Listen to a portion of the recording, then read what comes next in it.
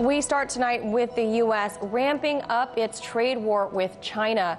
The Trump administration has threatened China with $200 billion in additional tariffs.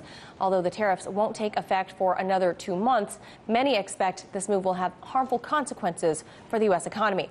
RT correspondent Ashley Banks is joining us with the details. Ashley? That's right, Manila. Less than a week into the trade war with China, President Trump has already set even more trade tariffs against goods imported from China to the U.S.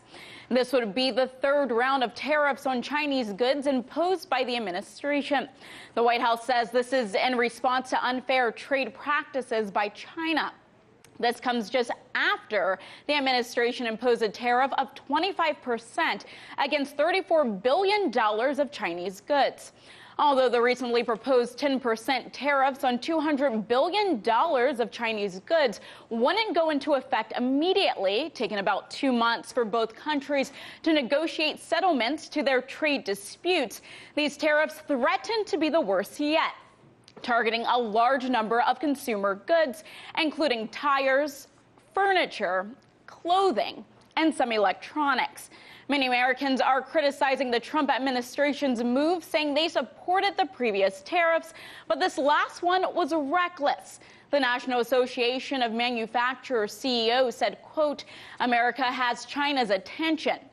So instead of more tariffs, the U.S. and China should immediately begin working toward a fair, bilateral, enforceable, rules-based trade agreement to end China's market-distorting activities."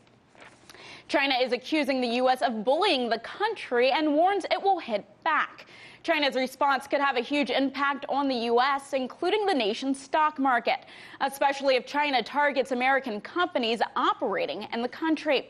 China could limit access to Chinese consumers, ultimately hurting American profits. China could also fight back using non-tariff tactics.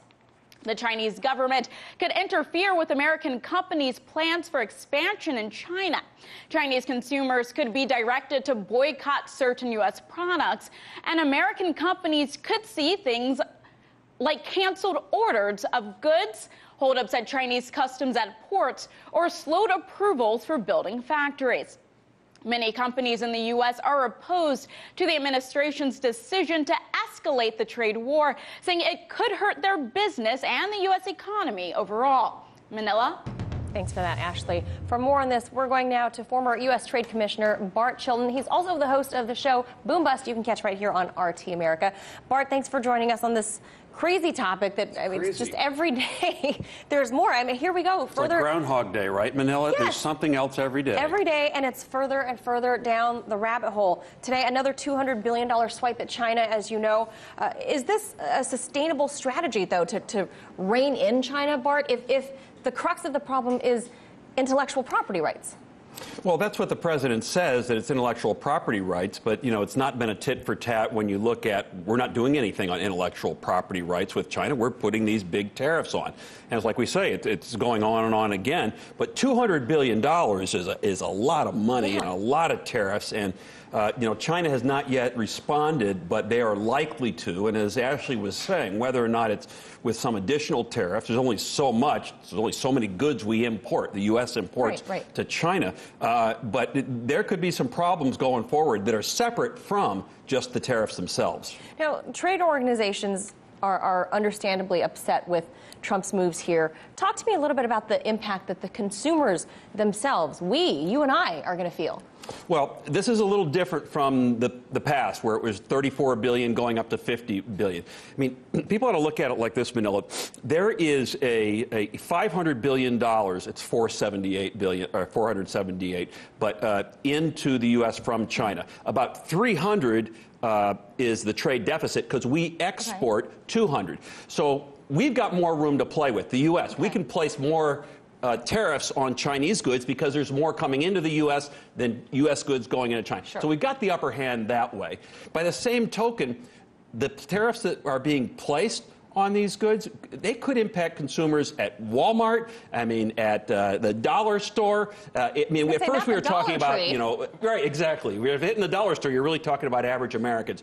But, initially we're saying, well, look, it's going to cost more for Boeing and car makers. It's going to add $150 to the cost of the part. Now we're talking about getting down to Walmart shoppers, Kmart shoppers, those folks that are buying regular retail stuff.